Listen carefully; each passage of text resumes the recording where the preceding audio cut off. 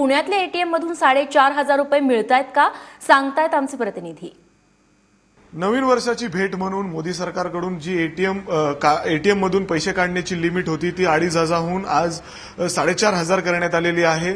आणि हेच पाहण्यासाठी आपण पुण्यातील टिळक रोड येथील स्टेट बँकच्या या एटीएम मध्ये आलेलो आहोत आणि आपण एक रियालिटी चेक करणार आहोत की या एटीएम मधून 4,500 रुपये निघतात का।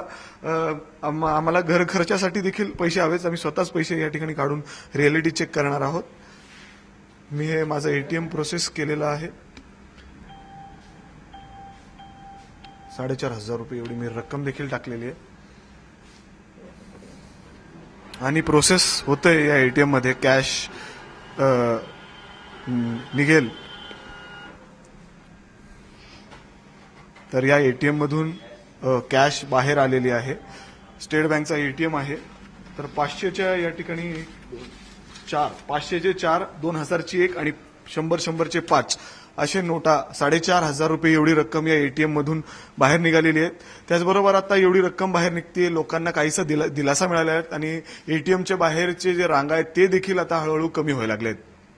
कॅमेरामॅन अमोल गवाळेसह मिकी घई, एबीपी माझा, पुणे।